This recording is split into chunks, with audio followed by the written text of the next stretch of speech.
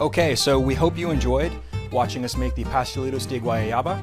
I told you we did have a special treat for the leftover piece of Cuban bread. Remember, Cuban bread comes typically in 2.5 to 3 foot lengths, sometimes longer if you get it from a traditional bakery. But I wanted to show you something that I always enjoyed as a kid. So this is Florida barbecue guys making Cuban table bread.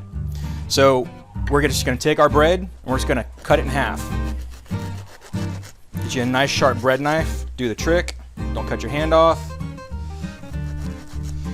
And now you have halves. And remember, the Cuban bread, tough on the outside, very soft on the inside, very similar to French bread, except that it's cooked with lard. So it has the same kind of texture and consistency, but the inside is super soft.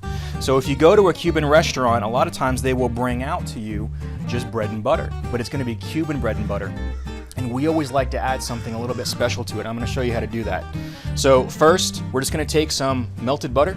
We're gonna add some Florida barbecue guys seasoning to it. Not much, maybe about a tablespoon, thereabouts. And we're gonna mix it up.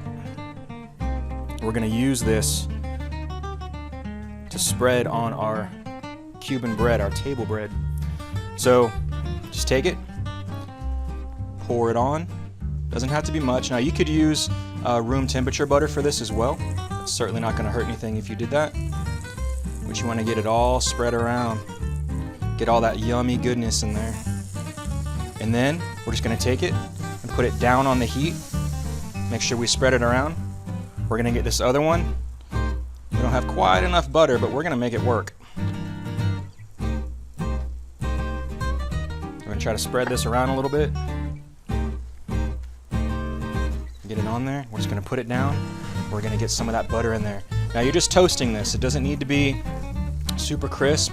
We're not pressing it, which is what people will normally think about with Cuban bread. So we're just gonna keep moving it around, get it nice and toasty. Give it a minute or so. You can keep checking it. Get your spatula. Now it's gonna brown up a little bit because of that seasoning and the butter. That's okay. You want it to get nice and warm. You want this crust to stay right where it is. Then you want the outside, or the inside rather, to get good and toasty. So we're gonna give it just another about 30 seconds. I can already feel the outside of this bread getting soft.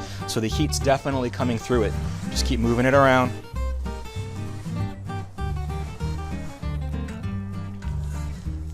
All right, good. So what you can do at this point, you can just cover it. You can set it to the side and let that heat continue to melt that butter. I'm gonna go ahead and turn off the griddle, just so that the heat's not going because I'm sweating over here. But they would take this and they would just slice it on the bias. So they would slice it like this and just bring it out in a basket to you. And what we would do, and this is the special part, is we would take Crystal hot sauce. This is just something that is found all over here in Tampa and certain parts of Florida, and I'm sure you can get it where you are. And we would take the Crystal and we would just put it right on the bread and let it get all in there. And then we would just eat it that way. Nothing fancy, nothing particularly special or unique about any of these ingredients, but it's just a staple down here in Tampa and at Cuban restaurants. And this is something that we used to do when we were kids especially, and I wanted to share it with you. So Tony from Florida Barbecue Guys, hope you enjoyed the Cuban table bread. Have a good one.